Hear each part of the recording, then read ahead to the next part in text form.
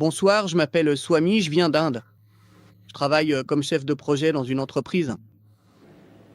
Bon, je n'ai pas de questions, mais la façon dont vous parlez et la connaissance que vous avez, je peux pas vraiment apprécier à sa juste valeur car je suis très jeune. Je suis simplement reconnaissant que vous soyez venu ici en Arabie Saoudite et que j'ai eu la chance d'écouter votre conférence. Même si chaque jour j'écoute votre conférence pendant environ 2, 3 heures sur Piche TV, ce qui est devenu ma routine parce que je n'écoute aucun autre intervenant à part le docteur Zakir Mayak. Quand quelqu'un d'autre passe, je zappe sur MBC TV. Donc, je suis reconnaissant d'avoir eu l'opportunité de venir en direct et de m'asseoir au premier rang ici. Et on m'a donné une place au premier rang. Je suis reconnaissant envers l'organisation et les organisateurs, et envers vous aussi. Merci beaucoup.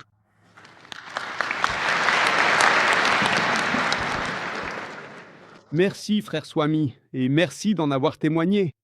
Il y a beaucoup de téléspectateurs non musulmans et je sais que, mashallah, Peace TV est regardé par de nombreux non musulmans. Et il y a eu des plaintes de la part de certaines personnes, certains non musulmans ici et à l'étranger.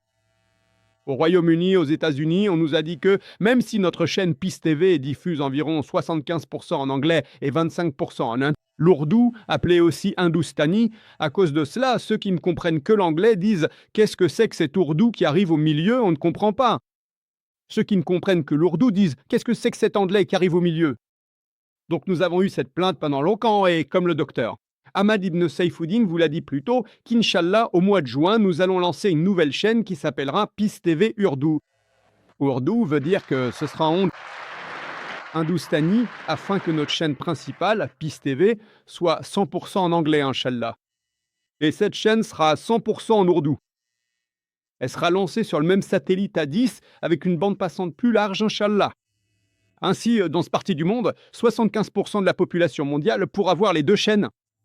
Peace TV, la principale qui est en anglais, et Peace TV Urdu. Et pour des personnes comme vous, nous faisons en sorte que, comme je parle aussi bien anglais qu'ourdou, mes émissions ne se chevauchent pas. Quand je parle sur la chaîne en anglais, je ne parlerai pas sur la chaîne en ourdou. Quand je parle sur la chaîne en ourdou, je ne parlerai pas sur la chaîne en anglais. De toute façon, en moyenne, je n'apparais que 17% du temps, parce que je ne veux pas prendre toute la place, même si je sais que j'ai donné beaucoup de conférences. Donc, par principe, nous avons décidé que je ne devrais pas apparaître sur la chaîne plus de 17% du temps, car nous voulons offrir au monde une variété d'intervenants, de nombreux duas que nous avons du monde entier.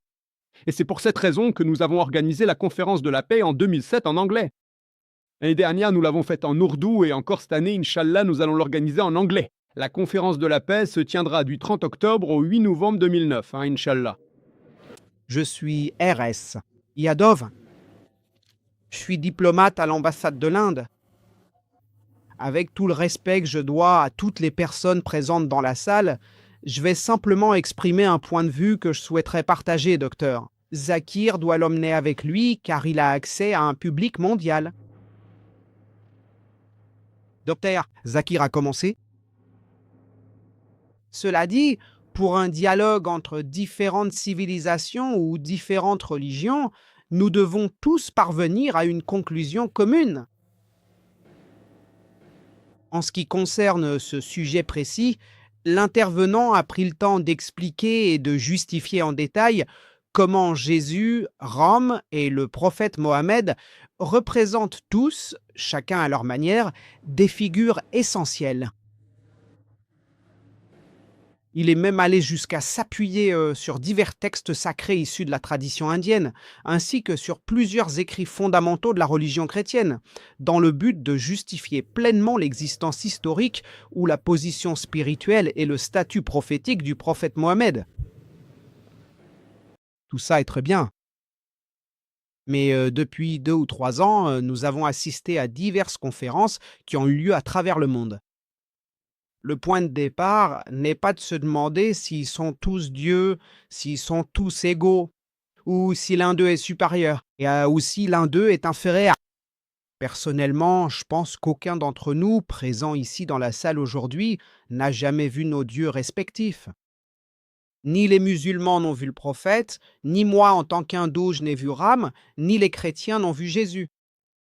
Le facteur le plus important, sur lequel je demanderai à l'orateur de s'attarder lors de ses prochaines interventions, c'est l'être humain, la bonté qui existe entre nous.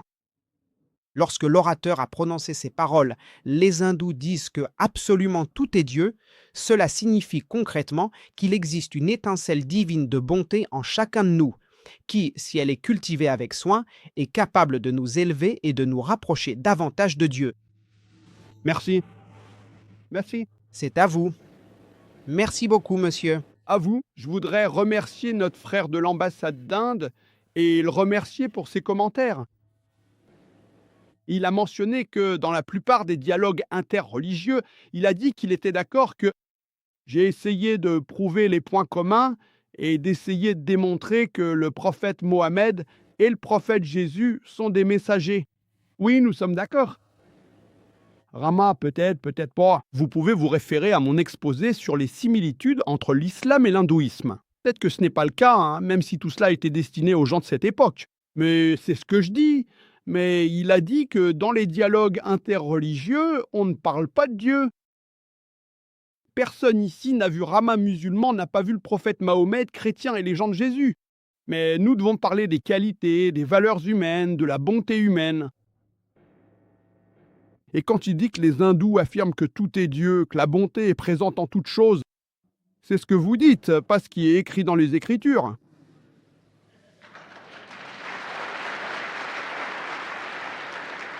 Pour en revenir à votre point, je suis d'accord. Nous parlons d'abord des bonnes qualités humaines. Aucun musulman ne peut être un bon musulman s'il n'est pas d'abord un bon être humain. Et le devoir premier de tout être humain est de remercier son Dieu tout-puissant. Si vous ne pouvez pas remercier et adorer votre Créateur, Dieu tout-puissant, à quoi bon aider votre prochain? Inutile. Tu devrais aider ton voisin. Vous devriez aider les pauvres. Je n'y suis pas opposé. Mais si vous manquez de respect à votre Créateur, Dieu tout-puissant, vous ne pourrez pas le remercier. Vous ne pouvez pas l'adorer. Toutes vos activités sont inutiles. Voilà la raison. C'est mentionné dans le Coran, dans la sourate An-Nisa, chapitre 4, verset 48. Sourate An-Nisa, chapitre 4, verset 116. Si Allah Tout-Puissant le veut, il peut pardonner n'importe quel péché, mais le péché de shirk, il ne le pardonnera jamais. Quiconque commet le shirk, c'est-à-dire associe des partenaires à Dieu, s'est égaré très loin. Le plus grand péché en islam est le shirk, c'est-à-dire associer des partenaires à Dieu. Et de la même manière, c'est ce que dit le Coran dans la sourate Al-Maïda, chapitre 5, verset 72, à propos de ce qu'ils font. Ceux qui disent que Jésus-Christ pèse sur lui, fils de Marie, et Allah, commettent un acte de mécréance, koufr. Mais le Christ a dit, « Ô enfants d'Israël, adorez Allah, mon Seigneur et votre Seigneur. Quiconque associe des partenaires à Allah, Allah lui rendra le paradis interdit. Et le feu sera sa demeure, et il n'aura aucun secours dans l'au-delà. » Donc ici, le plus grand péché en islam est le shirk. La même chose est mentionnée dans la Bible. Ce que je vous ai cité, tu ne feras aucune image de moi. La même chose est mentionnée dans le Véba. Donc, quand on parle des qualités des êtres humains, la meilleure qualité est celle de remercier notre grand Dieu tout-puissant. Il n'a pas besoin de toi ni de moi. Tu vas me demander, pourquoi devrais-je le remercier? Les gens me demandent, pourquoi dis-tu Allahu Akbar? Pourquoi faut-il prier Dieu? J'ai dit, tu vois, en islam, que l'on prie Dieu ou non, cela ne change rien pour Allah CUT. Quand je dis qu'Allah est le plus grand, il est déjà le plus grand. C'est pas parce que je dis qu'Allah est le plus grand qu'il va devenir plus grand. Pourquoi le disons-nous? Tu sais, pourquoi le disons-nous? Parce que quand je fais l'éloge de quelqu'un, chaque fois que je dis que quelqu'un est grand, c'est une tendance humaine, hein. J'essaye de suivre ses commandements. Par exemple, si ta mère fait une crise cardiaque et qu'il y a un profane, un charlatan, qui arrive et te dit de faire telle ou telle chose, est-ce que tu vas le suivre? D'un autre côté, tu apprends qu'il y a une personne qui est le cardiologue le plus célèbre au monde. Il te donne l'ordonnance. Est-ce que tu vas le suivre, lui, ou tu vas suivre un homme ordinaire? Mais naturellement, tu suivras l'ordonnance du meilleur cardiologue du monde. C'est le plus célèbre. Dès qu'il est célèbre, tu suivras son ordonnance si ta mère fait une crise cardiaque. Donc, la raison pour laquelle nous louons Allah, c'est pas pour qu'il devienne plus grand. Quand nous louons Allah, au moment où nous le louons, quels que soient les commandements qu'il donne dans le Coran, nous les suivons. Donc d'abord, nous devons identifier qui est notre Dieu Tout-Puissant. Et ensuite, ce qu'il dit, nous devons le suivre. C'est pour cela que musulman signifie une personne qui soumet sa volonté à Dieu Tout-Puissant. Être musulman, ce n'est pas une question de nom, Zakir, Abdullah, Mohamed, Sultan. Musulman signifie une personne qui soumet sa volonté à Dieu Tout-Puissant. Maintenant, ce qui est bien est subjectif. Ce que tu considères comme bien, je dirais peut-être pas que c'est bien. Qui va dire ce qui est bien, ce qui est mal. Vous allez avoir un dialogue. La meilleure personne pour dire ce qui est bien ou mal pour les êtres humains, c'est le créateur des êtres humains, Dieu Tout-Puissant. Donc, tant que vous ne savez pas qui est le vrai Dieu Tout-Puissant, quels sont ses attributs, vous devez l'adorer lui seul. Et la façon dont vous devriez l'adorer, tous vos autres critères d'humanité deviennent inutiles. Le critère numéro 1, c'est de remercier notre Créateur, Dieu Tout-Puissant. C'est la meilleure qualité humaine. Et ce qui est bon ou mauvais pour nous, cela fait l'objet de divergences d'opinion. Même les médecins ne sont pas d'accord entre eux. Le meilleur médecin, c'est le créateur de l'être humain, Dieu Tout-Puissant. Il vous dit que l'alcool est interdit dans les Védas, dans la Bible, dans le Coran. N'en consommez pas. Il dit que le porc est interdit dans les écritures hindoues, dans la Bible, dans le Coran. N'en consommez pas. Le jeu d'argent est interdit. Qu'est-ce qui est bien? Qu'est-ce qui est mal? Comment allez-vous le savoir? C'est subjectif. C'est pourquoi il y a cette question, est-ce que les bonnes personnes vont en enfer? C'est la question. Alors je vous demande, qu'est-ce qui est bien? Par rapport à ce que l'humanité considère comme bien? Très bien. Aimez-vous les uns les autres? Pas de problème. Les filles et les garçons qui se mélangent? La pornographie? Pas de problème. Tout est bien. Donc si c'est ce que vous appelez le bien, pas de problème. Le mélange, l'homosexualité, tout est bien. Alors, de telles bonnes personnes iront sûrement en enfer. D'abord, il faut comprendre, selon leur définition, ce qu'est le bien.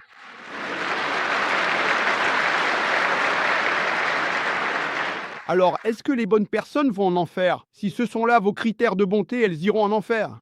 Dans la religion, aucune bonne personne ne peut jamais aller en enfer. Qu'est-ce qu'une bonne personne? Premièrement, c'est la personne qui reconnaît son Créateur, qui le respecte, qui l'adore et qui suit ses commandements. C'est-à-dire que dans l'interreligieux, le point le plus important est d'identifier qui est notre Dieu et de l'adorer, lui et personne d'autre. Ensuite viennent les messagers, puis les autres choses. J'espère que cela répond à la question au passage. Assalamu alaikum. Good day, my brothers and sisters. Hope all be fine in your life setting. Today, in this Q&A session, Yadav, R.S. Yadav, a diplomat in Indian Embassy, asked a question to Dr. Zakir Naik. Though the question is very long, so I'm trying to condense the question, share the main points of the question. He asked a question to Dr. Zakir that, as we know that we are all here and listening to you, and you talk about different prophets and the revelations, you talk about the Almighty God, but nobody among us in this particular hall have seen, ever witnessed Almighty God or the prophets. And he said that Hindus have never seen Ram, Christians never see Jesus be upon him, Muslims never see Prophet Muhammad sallallahu alaihi wasallam, and for example, Jew never seen their respective prophets. So nobody have seen their God and their prophets. So in spite of going and following the religious scriptures, it's been very important that we should be a good human. We should be a person living with each other with ease, with happiness, with good ethics and courtesy, rather running after the religious scriptures and running after the religion segmentation. And Dr. Zakir replied that, of course, that's a very good thing, that if you talk about something, it has to be good in itself. So the person again asked a question that because in Hinduism, there is a concept that God is in everybody. If you are good, the God is inside you. If somebody is good as well, the God is inside him. So God is, everything is God, as far as the Hinduism concept is concerned. Dr. Zakir Naik said, according to the Hindu scriptures, this has not been mentioned. And Dr. Zakir Naik straight away said that what exactly you're talking about, a human has to be good. So that's a very good thing. But this is your point of contention. It has to do nothing with any religious scriptures. Even your religious scripture doesn't tell about that every person has God within itself. This is all about your point of fantasies. Dr. Zakir said to the man. And Dr. Zakir further added that a person uh, can't be good unless he has to be thankful to his creator. His all attributes, all qualities become zero when he's not thankful to Almighty God, the creator. The creator means the creator which has created the entire universe, including humans and all the creations. So if the person is not thankful to Almighty, certainly he is not thankful to anybody else, not neighbors, society, people. So all his qualities will be useless and futile. Dr. Zakir further added in explanation that Allah says in the Quran in Surah Al-Mu'aydah in chapter 4 verse 48 and Surah Al-Mu'aydah chapter 4 verse 116 that if somebody does shirk means associating, linking partners to Almighty God, certainly that particular sin will be not forgiven at any cost. That is pardonless. That is beyond apology, beyond pardon, beyond forgiveness. So the main part of contention is that if somebody is not thankful to Almighty God, so how he will be thankful to others? Even its family, in society in living, his neighborhood, in the place he or she is working. If he is a student or she is a student, how he or she will be thankful to her colleagues when somebody does good to her or him. So all his qualities and attributes and characteristics become zero when somebody is not thankful to Almighty Creator. Dr. Zakir Naik further added that, explaining the concept further, that for instance, somebody has got the heart issue. Now, if somebody has got the cardiac problem, that's a serious problem. And he takes some recommendations from a latent, from a roadsider, from a common man who doesn't have any knowledge and expertise in particular. He's a layman, he's an ignorant, he's an illiterate. And on the other side, the person gets an advice and suggestion from a cardiac surgeon to whom he will follow the instructions. Dr. Zakir said to the guy, Yadav, who was a diplomat, said that, of course, the cardiac surgeon. In the same fashion, we know that the person who has expertise, who has competence, who has skills in relevant field, so when he advises you something, how much obliged you will be in the front of him. That's a very good thing. And how you will deny your thank to the Almighty Creator Allah, who has created you, who's giving you food, who has given you shelter, who has given you all the amenities and facilities of life. So that's really not acceptable. That you are denying from the existence of the Creator and you're thankful to all others. So all your qualities and attributes becomes zero if you're not thankful to your Creator and if you're denying from the existence of the Creator. Jazakallah.